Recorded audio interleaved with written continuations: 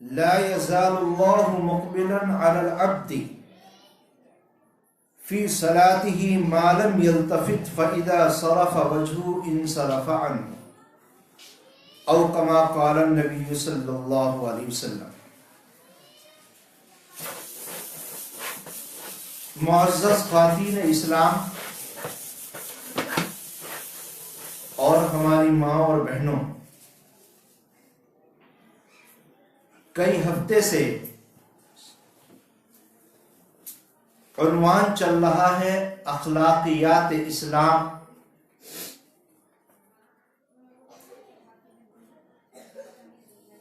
میں نے آپ حضرات کی خدمت میں عرض کیا تھا،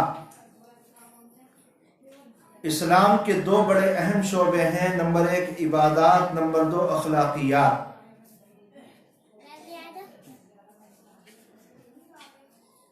لوگ کسی قدر عبادات پر عمل،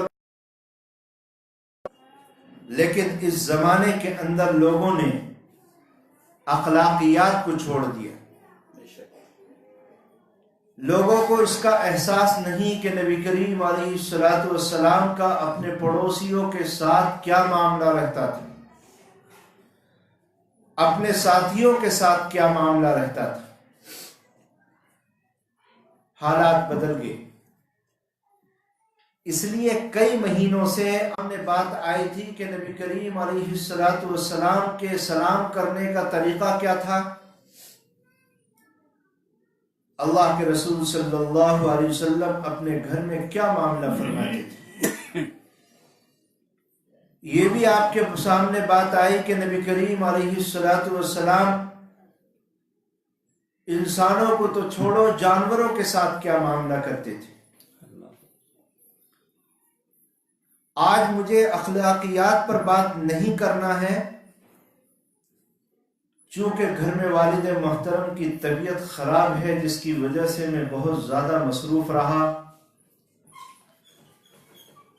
آج ارادہ یہ ہے کہ آپ حضرات کی خدمت میں کچھ احادیث مبارکہ کو بیان کر دوں اور اس کی روشنی میں اس کا ترجمہ اور کچھ مفید نصائح آپ کی خدمت میں عرض کر دیے جائیں تاکہ ہم سب کو فائدہ۔ میری ماں و بہنوں، نبی کریم علیہ الصلوۃ والسلام کی ایک روایت میں نے آپ حضرات کے سامنے پڑھ کر سنائی، لا يزال الله مقبلا على العبد في صلاته ما لم يلتفت فإذا صرف وجهه انصرف عنه۔ اللہ کے رسول صلی اللہ علیہ وسلم نے فرمایا کہ یہ روایت نبی کریم علیہ الصلوۃ والسلام کی بڑی اہم ہے۔ آپ نے ایک حدیث مبارکہ سنی ہوگی، اللہ کے رسول صلی اللہ علیہ وسلم نے فرمایا کہ جو نماز توجہ اور خشوع اور خضوع کے ساتھ ادا کی جائے، اللہ تعالیٰ اس نماز کو قبول فرماتے ہیں، اور جو نماز ہوتا ہے، حدیث شریف میں فرمایا گیا، یناجی ربہ، المصلی یناجی ربہ، یہ نماز پڑھنے والا بندہ اور اللہ کی بندی اپنے پروردگار سے چپکے چپکے باتیں کرتے ہیں۔ آپ جانتے ہیں جس انسان کو جس سے محبت ہوتی ہے، رات کی تنہائیوں میں وہ آدمی اپنے محبوب سے چپکے چپکے باتیں کرتا ہے، اللہ کو اپنا مالک اور خالق تصور کرتا ہے، تو رب کریم کے سامنے نماز پڑھتے ہوئے اس کی ساری توجہ اپنے پروردگار کی طرف ہونی چاہیے۔ اور محترم خواتین، میں آپ کے سامنے یہ بات عرض کر دوں، اللہ تعالیٰ کو ہم سب کی عبادت کی ضرورت نہیں، اللہ تعالیٰ بے نیاز ہے، اللہ تعالیٰ خالق و مالک ہے، اللہ تعالیٰ آسمان کو زمین کو پیدا کرنے والا اور بنانے والا ہے، ہم سب کو زندگی دینے والا اور موت دینے والا وہی ذات ہے۔ اس کی قدرت کا یہ عالم ہے کہ اس نے پانی پر زمین کو بچھا دیا، اس کی قدرت کی طاقت کا یہ مثال ہے کہ اللہ تعالیٰ نے آسمانوں کو بغیر ستون کے قائم فرما دیا. وہ چاہے تو ساری دنیا کو ایک پل کے اندر مسل کر رکھ دے، اور وہ چاہے تو شاہوں کو گدا کر دے، اور وہ چاہے تو گدا کو شاہ کر دے. اللہ کو نہ ہمارے سجدوں کی ضرورت ہے، نہ ہمارے عبادات کی ضرورت ہے. خدا کی قسم، اگر ساری زمین، روئے زمین پر بسنے والے سارے انسان اولین اور آخرین مسلمان ہو جائیں، اور یہ زمین اپنی وسعتوں کے باوجود اللہ تعالیٰ کے سامنے سجدہ کرنے والوں سے چھوٹی پڑ جائے، اللہ کی قسم اللہ کی شان میں ایک رتی بھر اضافہ نہیں ہوگا. اور اگر ساری دنیا کافر ہو جائے، سارے لوگ اللہ تعالیٰ کا انکار کر بیٹھے، اس کی خدائی اور اس کی قدرت کا انکار کر بیٹھے، اللہ کی قسم اللہ تعالیٰ کی شان میں ایک رتی بھر کمی نہیں آ سکتی. بے شک رتی بھر کمی نہیں آ سکتی. نماز پڑھنا، اللہ کے سامنے عبادات کو بجا لانا، یہ ہمارے ہی فائدے کی چیز ہے. اور نماز میں فائدہ کب ہوگا؟ جب بندہ اللہ تعالیٰ کے سامنے اسی جوش اور خروش کے ساتھ جیسے ایک عاشق اپنے محبوب سے باتیں کرتا ہے، ایک عاشق اپنے محبوب کی باتوں کو غور سے سنتا ہے، ایک عاشق اپنے محبوب کے انتظار میں سوکھ کر کانٹا بن جاتا ہے. اللہ کے سامنے ایک بندی کو چاہیے کہ نماز پڑھتے ہوئے بھی اس کا یہی حال ہونا چاہیے. بس نیت باندھی، اور نیت باندھنے کے بعد وہ اللہ کی یادوں میں کھو گئی. اور اگر کبھی ذہن ادھر جاتا ہے ادھر جاتا ہے، تو میں نے ابھی حدیث مبارکہ آپ حضرات کے سامنے پڑھ کر سنائی. نبی کریم علیہ السلام نے فرمایا کہ جب تک بندہ اللہ کی جانب متوجہ رہتا ہے، اللہ تعالیٰ بندے کی طرف متوجہ رہتے ہیں. اور بندہ جب نماز کے اندر اللہ تبارک و تعالیٰ سے اپنی توجہ کو ہٹا لیتا ہے، تو اللہ کو اس بندے کی پرواہ نہیں رہتی. اللہ تعالیٰ کو اس بندے کی پرواہ نہیں رہتی، وہ بھی اپنی رحمت کی نگاہ اس آدمی سے ہٹا لیتا ہے. میری ماں و بہنوں، یہ بہت اہم مضمون ہے. آج ہمیں یہ سیکھنا ہے کہ نماز کے اندر توجہ کیسی لگانی چاہیے. عام طور سے مردوں اور عورتوں کے اندر یہ شکایت ہے کہ ہم نماز پڑھنے کے لیے کھڑے ہوتے ہیں، مختلف خیالات ہمارے سامنے آ جاتے ہیں، گھر کی پریشانیاں، دکانوں کی پریشانیاں اور دیگر احوال اور مختلف باتیں ذہن میں گردش کرنے لگتی ہیں. میری ماں و بہنوں، سب سے پہلے اگر ہم یہ چاہتے ہیں کہ نماز میں ہماری اللہ تبارک و تعالیٰ کی طرف توجہ رہے، تو سب سے پہلا کام یہ ہے کہ ہمیں پورا وضو سنت کے مطابق کرنا ہے. پورا وضو سنت کے مطابق کرنا ہے. عام طور سے انہی نمازوں کے اندر کمی پیدا ہوتی ہے جس میں سنت کے مطابق وضو نہیں کیا جاتا. اور اگر وضو کو سنت کے مطابق کیا جائے، اللہ کے رسول صلی اللہ علیہ وسلم کے بتائے ہوئے طریقے کے مطابق کیا جائے، تو امید ہی نہیں بلکہ یقین ہے کہ اللہ انشاءاللہ نماز میں دل لگنے لگے گا. میں نے آپ حضرات کے سامنے کافی پہلے ایک بات بیان کی تھی، میں پھر سے اس کو دہرانا چاہتا ہوں. ہمارے اندر کمی یہ ہے کہ ہم لوگ وضو سے پہلے استنجا کرنے کے لیے اگر جاتے ہیں تو استنجا کرنے میں ہم سے بہت بڑی کوتاہی ہوتی ہے. ایک مرد اور عورت جب پیشاب کرتے ہیں تو پیشاب سے فارغ ہونے کے بعد استنجا کرنے میں اتنی جلدی کرتے ہیں کہ ابھی پیشاب کا ایک یا آدھا یا 2 قطرے اندر باقی رہ جاتے ہیں. اور آدمی استنجا کر کے جب اٹھ جاتا ہے اور چلتا پھرتا اور سارے کپڑوں پر پھیلنے کے بعد ہم کو پتہ بھی نہیں چلتا کہ یہ کپڑے کب ناپاک ہو گئے اور نماز کے لائق نہیں رہے. آدمی اپنے آپ کو پاک سمجھتا ہے، اللہ تعالیٰ تو عالم الغیب ہے، اسے معلوم ہے اس میرے بندی کے کپڑے ناپاک ہیں، تو کیسے نماز ہوگی؟ اس لیے کہ نماز کے قبولیت کی شرطوں میں سے ایک شرط یہ ہے کہ انسان کا بدن پاک ہو، اس کے کپڑے پاک. پیشاب کا ہر قطرہ بہ گیا، اب اٹھنے بیٹھنے سے، چلنے سے، جھٹکا لگنے سے پیشاب کا کوئی قطرہ باہر نہیں آئے گا، تو پھر اب اطمینان سے پانی سے استنجا کرنا چاہیے۔ اس کے بعد میں وضو کریں، اور وضو کرنے کا سب سے بہترین طریقہ یہی ہے کہ بسم اللہ پڑھ کر شروع کریں۔ عزیز معزز خواتین، اللہ تعالیٰ کو وہ کام پسند ہے جو بسم اللہ سے شروع کیا جائے۔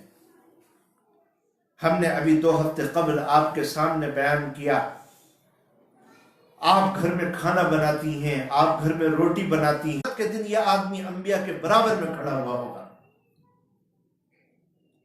پیٹ کے لیے سب کرتے ہیں، لیکن ایک کام کرنے والا اور پرچون کی دکان چلانے والا اگر اپنے اس کام کو دین بنا دے تو انبیاء کے برابر میں کھڑا ہونے کا مقام ملے گا۔ ایک تاجر اپنے کام کو دین کیسے بنائے؟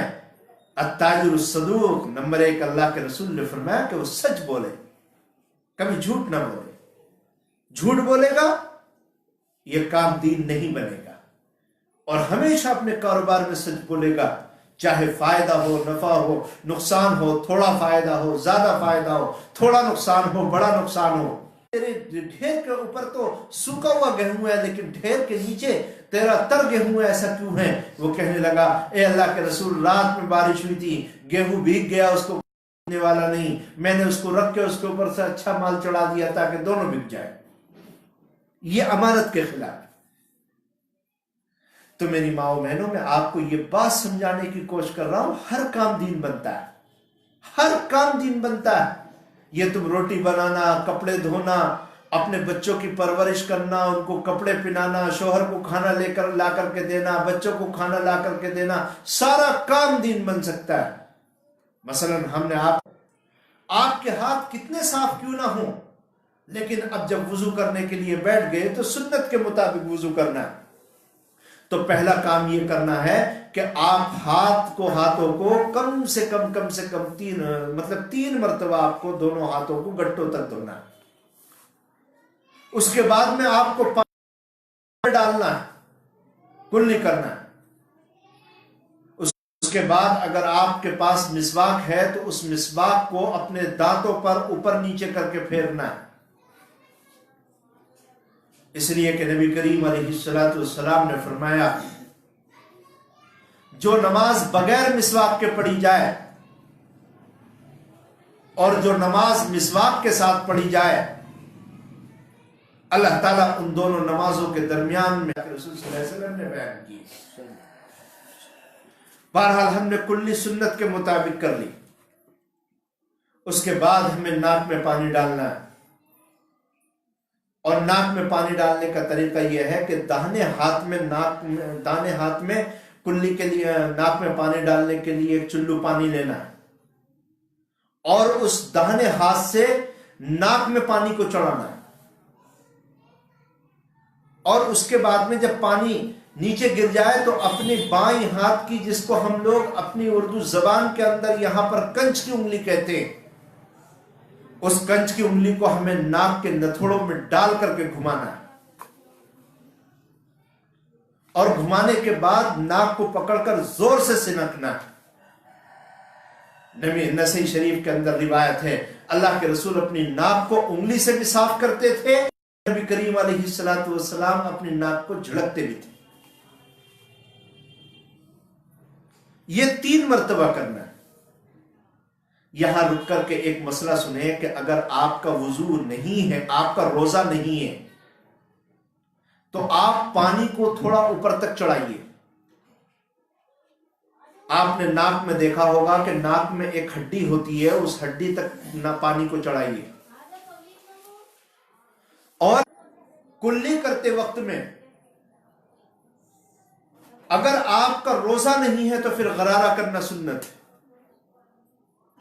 اور اگر آپ کا روزہ ہے تو پھر غرارہ نہیں، خالی کلی کریں گے۔ توجہ سے سنیں میری مائیں بہنیں، اگر کلی کرتے وقت میں ہمارا روزہ نہیں ہے تو اللہ کے رسول کی سنت ہے غرارہ کرنا، اور اگر وضو کرتے وقت میں ہمارا روزہ ہے تو ہمیں کلی کرنا ہے، غرارہ نہیں کرنا۔ اور کلی اور غرارے کا فرق کیا ہے؟ دیکھو، کلی غرارے کا فرق یہ ہے کہ ہم منہ میں پانی لے کر کے اور منہ اٹھا کر کے آ کر کے پانی پھینکیں، اس کو غرارہ کہتے ہیں۔ اور بغیر منہ اٹھائے پانی منہ میں گھما کر کے باہر پھینک دیں، اس کو کلی کہتے ہیں۔ تو روزے کی حالت میں غرارہ نہیں کرنا چاہیے، چونکہ دھوکے سے بھی اگر پانی چلا گیا تو پھر روزہ ٹوٹ جائے گا۔ تو بہرحال ہم نے کلی کرنے کا طریقہ بھی سیکھا، ہم نے ناک میں پانی ڈالنے کا طریقہ بھی سیکھا۔ اس کے بعد میں ہمیں کرنا ہے کہ ہمیں دونوں چلوں میں، دونوں ہاتھوں میں پانی لینا ہے اور سر کے اور منہ کے اوپر پانی ڈالنا ہے، زور سے نہیں، آرام سے ڈالنا ہے۔ میری ماں و بہنوں، یہ پانی کہاں تک چہرے پہ آس پاس پہ لگانا ہے؟ دیکھو، آپ اپنے ہاتھ پر اپنے ماتھے پہ انگلی رکھ کر کے دیکھو، ماتھے کے ارد گرد جہاں کہیں بال اگے ہوئے ہیں ان بالوں کی جڑوں تک پانی پہنچانا ہے۔ بعض عورتوں کے، بعض مردوں کے چہرے کی ساخت ایسی ہوتی ہے کہ کہیں بال اوپر کی طرف نہیں ہوتے، نیچے کی طرف ہوتے، تو جہاں تک اس مرد یا عورت کا چہرہ کھلا ہوا ہے وہاں تک پانی پہنچانا ہے، اور نیچے، تھوڑی کے نیچے تک جہاں ہمارے جبڑا ہوتا ہے وہاں تک اس پانی کو پہنچانا ہے۔ تو اوپر بالوں کے اگنے کی جگہ تک پانی پہنچانا ہے، اور نیچے تھوڑی کے نیچے تک پانی پہنچانا ہے۔ اور اس کے بعد کان کی دائیں اور بائیں کان کی لو تک، ادھر بھی کان کی لو تک اور ادھر بھی کان کی لو تک پانی پہنچانا ہے۔ عام طور پر دیکھا یہ گیا ہے مردوں اور عورتوں کے اندر بھی کہ غلطی اس بات کی ہوتی ہے کہ کان کے برابر میں جو چھوٹی سی ایک لو ہے، اس کے برابر میں جو باریک ایک حصہ ہوتا ہے، لوگ وہاں پر پانی نہیں پہنچاتے، جس کی وجہ سے وضو نہیں ہو پاتا۔ کان کے برابر میں بھی دونوں طرف اپنے ہاتھوں کو وہاں پھیر کر کے پانی پہنچانا چاہیے۔ غرض اس بات کو یاد رکھنا چاہیے کہ اگر چہرے میں کہیں بھی ناخن کی برابر، حتیٰ کہ ایک بال کی برابر بھی اگر خشک رہ گیا تو معزز خواتین، اس عورت کا وضو نہیں ہوگا۔ تو اس طرح سے پانی ہر طرف پہنچانا ہے۔ ایک مرتبہ آپ نے اپنے چہرے کو دھو لیا، دوسری مرتبہ پھر پانی لیجئے، اور پانی لینے کے بعد میں اپنے چہرے پر دوبارہ اسی طرح پانی ڈالیے، تیسری مرتبہ پھر اسی طرح پانی ڈالیے۔ یہ 3 مرتبہ چہرہ دھل گیا۔ اس کے بعد میں آگے بڑھیے، اب ہمیں اپنے دونوں ہاتھوں کو کونیوں تک دھونا ہے، اور کونیوں تک دھونا ہے، پہلے ہمیں اس میں سے داہنے ہاتھ کو دھونا ہے۔ میں نے آپ کے سامنے عرض کیا کہ اللہ تعالیٰ کو ہر چیز میں داہنی چیز پسند ہے۔ اللہ کے رسول صلی اللہ علیہ وسلم نے فرمایا کہ تم اپنے پیروں میں جب جوتیاں یا جوتے پہنا کرو تب بھی داہنے پیر کے اندر جوتے پہنا کرو، بائیں پیر کا جوتا بعد میں پہنا کرو، سر میں کنگا کیا کرو تو داہنی جانب کا کنگا پہلے کیا کرو، بائیں طرف کا کنگا بعد میں کیا کرو۔ اور میری ماں و بہنوں، چھوٹی سی باریک بات، کپڑے پہننے میں بھی داہنی طرف پہلے سے پہننا ہے۔ اور عورتیں، ہماری گھر کی عورتیں جو اپنے گھروں کا، اپنے کانوں کے اندر کنڈل پہنتی ہیں اور اپنے کانوں کے اندر ٹوپس پہنتی ہیں، اس کے اندر پہلے داہنی جانب کے کان میں پہننا ہے، پھر بائیں کان میں پہننا ہے۔ اللہ کے رسول صلی اللہ علیہ وسلم کی سنت یہی ہے۔ آقا نے فرمایا کہ اللہ تعالیٰ دائیں جانب کو پسند کرتا ہے، اس لیے ہاتھوں کو دھوتے وقت میں پہلے داہنے ہاتھ کو دھونا ہے۔ میری ماں و بہنوں، جب ہم کونی تک پانی ڈال لیں تو اس کے بعد میں ہاتھ سے اپنے ہاتھ کو پورے کو رگڑنا ہے، اور خاص طور پر کونی کی جگہ جو چمڑا ہوتا ہے، کھال ہوتی ہے، وہ سخت ہو جاتی ہے۔ سردی کے زمانے میں پانی ڈالنے کی وجہ سے، کھال کی سختی کی وجہ سے وہ پانی اندر نہیں پہنچ پاتا۔ تو اس لیے ہاتھ پر پانی ڈالنے کے بعد میں اس ہاتھ کو دوسرے ہاتھ سے ملنا ہے تاکہ پانی اندر تک پہنچ جائے، اور اپنے ہاتھ کو کوہنی سے تھوڑا اوپر تک دھونا ہے، تھوڑا سا اوپر تک، اور اس کے بعد میں ہمیں ایک ہاتھ پر 3 مرتبہ پانی بہانا ہے۔ میری ماں و بہنوں، میں آپ کو ایک چھوٹی سی بات یاد دلاتا چاہتا ہوں، اللہ تعالیٰ مجھے بھی عمل کی توفیق عطا فرمائے اور آپ کو بھی عمل کی توفیق عطا فرمائے۔ دیکھو، ہاتھ پر پانی ڈالنے کا سنت طریقہ یہ ہے کہ ہم انگلیوں کی طرف سے پانی ڈالیں اور اس کے بعد میں پانی بہتا ہوا کونی پر گرنا چاہیے۔ اس کو فقہا نے صراحت کے ساتھ لکھا ہے، لیکن اب ٹنکی کا زمانہ ہے، لوگ الٹا کام کرتے ہیں، کونی کی طرف سے پہلے دھوتے ہیں، ہاتھ بعد میں دھوتے ہیں۔ ہم سے بھی کوتاہی سنت میں ہو جاتی ہے، اللہ تعالی ہم سب کو معاف فرمائے۔ تو میں آپ کے سامنے سنت بیان کر دوں کہ اپنے ہاتھ کی انگلیوں کی طرف سے پانی ڈال کر نیچے کی طرف لے کے جانا ہے۔ یہی کام آپ کو دوسرے ہاتھ کے ساتھ 3 مرتبہ کرنا ہے،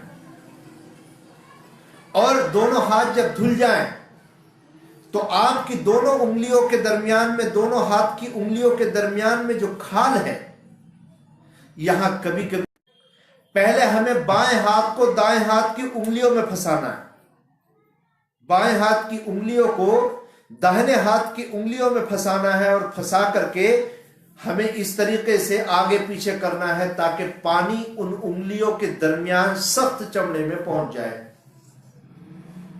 اس کے بعد میں داہنے ہاتھ کو ہمیں بائیں ہاتھ کے اوپر رکھنا ہے، اور داہنے ہاتھ کی انگلیوں کو بائیں ہاتھ کی انگلیوں میں پھنسا کر، آدم کی بات جھوٹی نہیں ہو سکتی۔ آقا مدنی نبی کریم علیہ السلام نے فرمایا کہ تم لوگ جب اپنی انگلیوں کا وضو کیا کرو تو اپنی ہاتھ اور پیر کی انگلیوں کا خلال بھی کر لیا کرو، اس لیے کہ جو لوگ اپنی انگلیوں کا دنیا میں خلال نہیں کرتے، وضو کے درمیان میں خلال نہیں کرتے، اللہ تعالیٰ قیامت کے دن ان کی انگلیوں کا خلال آگ سے، جہنم کی آگ سے فرمائیں گے۔ بہرحال ہمیں خلال کرنا ہے۔ اس کے بعد میں ہمیں اپنے سر کا مسح کرنا ہے۔ دیکھو، مسح کرنے کا طریقہ کیا ہے، سنت طریقہ بتا رہا ہوں، فرض کی بات نہیں چل رہی۔ سنت طریقہ یہ ہے کہ آپ اپنے ہاتھوں کو سامنے رکھو، میں بتا رہا ہوں، سامنے رکھ بھگویا، اور بھگونے کے بعد میں ان کو جھٹک دیا۔ اس کے بعد میں آپ دونوں ہاتھ کی 3 انگلیوں کو ایک ساتھ کریں، کنچ کی انگلی، اس کے برابر کی انگلی اور بیچ کی انگلی، ان 3 انگلیوں کو ایک ساتھ کریں، اور یہ انگوٹھا اور انگوٹھے کی برابر والی انگلی اس کو الگ کریں، اور الگ کرنے کے بعد میں دونوں ہاتھ جو انگلی باقی ہے، اس کا کام یہ کرنا ہے کہ اس انگلی کو کانوں کے سوراخوں میں ڈالنا ہے، اور کانوں کے سوراخوں میں ڈال کر ان کو گھمانا ہے، اور اپنے انگوٹھے کو اپنے کانوں کے پیچھے رکھنا ہے۔ تو اس کو کانوں میں گھما کر کے، کانوں کے اندر آپ اگر غور کریں گی تو اللہ تعالیٰ نے کھانچے بنائے ہیں، ان انگلیوں کو سوراخوں میں سے گھما کر ان کھانچوں میں لانا ہے، اور اپنے انگوٹھے کو اپنے کانوں کے پیچھے رکھنا ہے، ادھر گھماتے ہوئے ان انگوٹھوں کو کانوں کی لوکے پر پکڑ کر اس کو کھینچ کر کے اوپر لانا ہے۔ اب آپ سمجھیں، یہ سب سے صحیح طریقہ اور سنت طریقہ، اس کو علامہ ابن حمام رحمۃ اللہ علیہ نے فتح القدیر میں لکھا۔ تو کیا طریقہ ہوا؟ طریقہ یہ ہوا کہ ہم دونوں ہاتھ کی جو کنچ کی انگلی اس کے برابر اور اس کے برابر، دونوں ہاتھ کی 3 انگلیوں کو جمع کرنا ہے، اور انگوٹھا اور انگوٹھے کے برابر والی انگلیوں کو الگ رکھ دینا ہے، اور ان دونوں ہاتھوں کو اپنے سر کے اوپر پیشانی پر رکھنا ہے، اور رکھنے کے بعد میں آگے سے پیچھے کی طرف کھینچ کر کے لے کے جانا ہے۔ جب گدی تک ہاتھ پہنچ جائے تو ہٹانا نہیں ہے، پھر اس کو آگے سر پہ واپس لانا ہے، پیشانی پر لا کر چھوڑ دینا ہے۔ اب آپ کو خیال کرنا چاہیے کہ آپ کا انگوٹھا اور آپ کی انگلی ابھی استعمال نہیں ہوئی ہے، اس انگلی کو آپ کو یہ کرنا ہے کہ اپنے کان میں ڈال کر سوراخ میں گھمانا ہے، اور کان کے اندر جو کھانچے بنے ہوئے ہیں اس میں سے گھما کر کے لانا ہے، اور جو آپ کے انگوٹھے ہیں ان انگوٹھوں کو کانوں کی لو کے پیچھے رکھے، اور زور سے اوپر تک ایسے کھینچتا ہوا آنا، اس سے کان کا میل بھی صاف ہو جائے گا اور سنت بھی ادا ہو جائے گی۔ یہ سر کا سنت طریقہ ہے مسح کرنے کا۔ اس کے بعد میں میری ماں و بہنوں، اس کے بعد میں ہمیں پیر دھونا ہے، اور پیر کو گٹوں تک دھونا ہے۔ اس لیے پہلے پیر کو بھگو لیں، اور بھگونے کے بعد میں اچھی طرح آگے پیچھے اوپر نیچے اپنے پیروں پر ہاتھ پھیریں، کیونکہ کبھی کبھی اس طرح ہو جاتا ہے کہ ہمارے ایڑی کی کھال اور ایڑی سے اوپر پیر کے پیچھے کی کھال سخت ہوتی ہے، جس کی وجہ سے پانی اندر نہیں پہنچ پاتا، بلکہ سردی کے زمانے میں تو یہ کھال بہت زیادہ سخت ہو جاتی ہے، جس کی وجہ سے پانی پہنچانا مشکل ہو جاتا ہے۔ اس لیے اس پر اپنا ہاتھ پھیریں اور پانی کو اندر بٹھائیں اور 3 مرتبہ پانی ڈالیں۔ اور اسی درمیان میں میری ماں و بہنوں، یہ بات یاد رکھنا کہ انگلی کے پیروں کو اور دونوں پیروں کی انگلیوں کا خلال کرنا بھی سنت ہے۔ میں نے ابھی آپ حضرات کے سامنے نبی کریم علیہ السلام کی حدیث پڑھ کر کے سنائی۔ آقا نے فرمایا کہ جو لوگ وضو میں اپنی انگلیوں کا خلال نہیں کرتے، اللہ تعالیٰ قیامت کے دن جہنم کی آگ سے ان کا خلال کرے گا۔ اس لیے اپنے پیروں کی انگلیوں کا خلال کرنا ہے، اور خلال کرنے کا سنت طریقہ کیا ہے میں بتاتا ہوں۔ دیکھو، آپ داہنے پیر کو لو اور بائیں پیر کی کنچ کی انگلی لو۔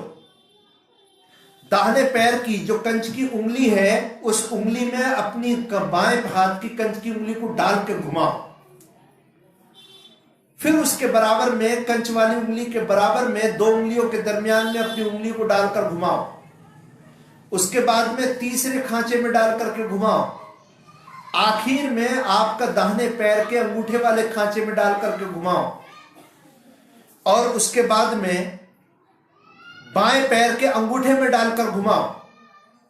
پھر اس کے برابر میں آخر میں کنچ والی انگلی کے کھانچے میں ڈال کر کے اپنی انگلی کو گھماؤ۔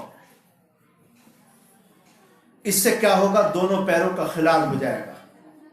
تو خلال کرنے کا طریقہ کیا ہوا کہ پہلے بائیں پیر کی، داہنے پیر کی کنچ کی انگلی سے شروع کرنا ہے، اور داہنے پیر کے انگوٹھے پر ختم کرنا ہے، اور داہنے پھر بائیں پیر کے انگوٹھے سے شروع کرنا ہے اور کنچ کی انگلی پر ختم کرنا ہے۔ اللہ کے رسول صلی اللہ علیہ وسلم کی مسح کرنے کی سنت یہی ہے۔ میری ماں و بہنوں، ابھی میں نے آپ حضرات کے سامنے ایک مسئلہ بیان کیا کہ جس طرح سے ہمارے ہاتھوں کے اوپر انگلیوں کی طرف سے پانی ڈالنا سنت ہے، اسی طرح پیر کی انگلیوں کی طرف سے بھی پانی ڈالنا سنت ہے۔ اس طرح سے جب وضو کر کے فارغ ہوں گی تو اب یہ وضو ہوا سنت کے مطابق، اور اس وضو کرنے کے بعد میں آپ کو دعا کرنا ہے، اللہم اجعلنی من التوابین واجعلنی من المتطہرین۔ اے اللہ، تو مجھے پاک لوگوں میں سے، توبہ کرنے والوں میں سے بنا دے۔ اب آپ کا وضو کمپلیٹ ہو گیا، یہ سنت کے مطابق وضو ہوگا، اور اس کا فائدہ یہ ہوگا کہ انشاءاللہ نماز میں طبیعت لگے گی۔ اور اگر اس کے باوجود بھی کسی عورت کا نماز میں طبیعت نہ لگے تو ہمارے بزرگان دین نے اس کا ایک علاج لکھا ہے جو میں آپ کے سامنے پیش کرنا چاہتا ہوں، اس کو یاد رکھنا۔ بزرگان دین نے لکھا، اس کا طریقہ یہ ہے کہ وہ اپنی نماز میں جو قرآن کی آیت پڑھ رہی ہے، اپنی نماز پڑھتے ہوئے ان الفاظ پر غور کرے، الحمدللہ رب العالمین، الفاظ کو جمع کے اور ان الفاظ کو غور کر کے اور اگلے لفظ پر دھیان رکھتے ہوئے پڑھے، الرحمن الرحیم، اس الفاظ پر دھیان رکھے اور یہ خیال رکھے کہ اگلا جو ہے کون سا لفظ آ رہا ہے۔ حضرت تھانوی رحمۃ اللہ علیہ فرمایا کرتے تھے، اگر چند دن کوئی ایسا غور کر کے پڑھ لے تو اس کا دل نماز میں دل لگنے لگے گا، اس کا نماز میں دل لگنے لگے گا۔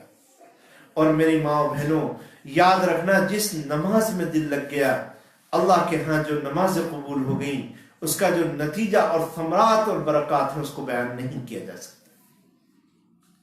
اللہ کے رسول صلی اللہ علیہ وسلم نے فرمایا کہ نماز تو دین کا ستون ہے، الصلاۃ عماد الدین۔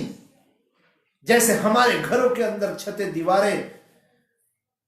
دیواروں پر اور ستونوں پر رکی ہوئی ہیں، اگر ان دیواروں کو ہٹا دیا جائے اور ان ستونوں کو ہٹا دیا جائے تو بڑے بڑے محلات اور بڑے بڑے قلعے اور بڑے بڑے بنگلے ایک لمحے کے لیے نہیں رک سکتے، گر جائے۔ تو اگر کوئی اللہ کی نیک بندی نماز نہیں پڑھتی تو اس کا دین گر جائے گا، بکھر جائے گا، جس کا اس کو کوئی فائدہ نہیں ہوگا۔ اللہ کے نبی کریم صلی اللہ علیہ وسلم نے کیا فرمایا؟